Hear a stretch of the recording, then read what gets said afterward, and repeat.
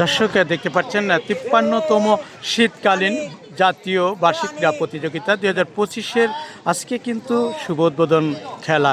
আর এই খেলায় দেখতে পাচ্ছেন এখানে বিভিন্ন মাধ্যমিক বিদ্যালয়ের যে সকল শিক্ষার্থীরা রয়েছেন তারা কিন্তু বিভিন্ন খেলায় অংশ নিয়েছে। তারই মধ্যে একটি খেলা চলছে খোকসা জানিপুর সরকারি মাধ্যমিক বিদ্যালয় চত্বরে। দেখতে পাচ্ছেন বালিকাদের যে ব্যাডমিন্টন খেলা সেটি কিন্তু চলমান রয়েছে।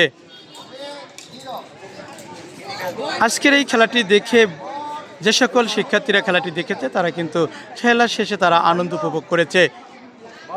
আজকের এই প্রতিযোগিতায় উপজেলার বিভিন্ন মাধ্যমিক বিদ্যালয়ের যে সকল শিক্ষার্থীরা তারা নানা খেলায় অংশ নিয়েছে। তার মধ্যে একটি খেলা ব্যাডমিন্টন, সেই খেলাটি কিন্তু দেখতে পাচ্ছেন এই জায়গাতে অনুষ্ঠিত হচ্ছে। দুইটি খেলাই কিন্তু আমরা দেখেছি, দুইটি দলই খুবই শক্তিশালী এবং ভালো খেলা উপহার দিয়েছে। আর এই খেলাটি দেখে যে সকল শিক্ষার্থীরা রয়েছে তারা আনন্দ উপভোগ করেছে।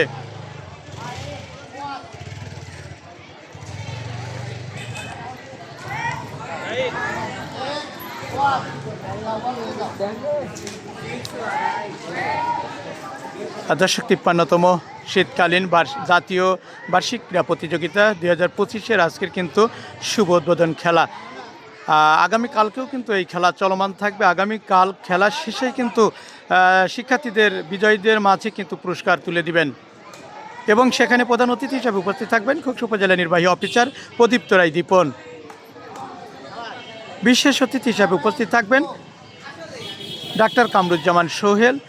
আর উপস্থিত থাকবেন খোকসা থানা অফিসার ইনচার্জ শেখ মইনুল ইসলাম সহ খোকসা জানিপুর সরকারি মাধ্যমিক বিদ্যালয়ের প্রধান শিক্ষক মোহাম্মদ শহীদুল ইসলাম। আর উপস্থিত থাকবেন বিভিন্ন মাধ্যমিক বিদ্যালয়ের শিক্ষক মণ্ডলী।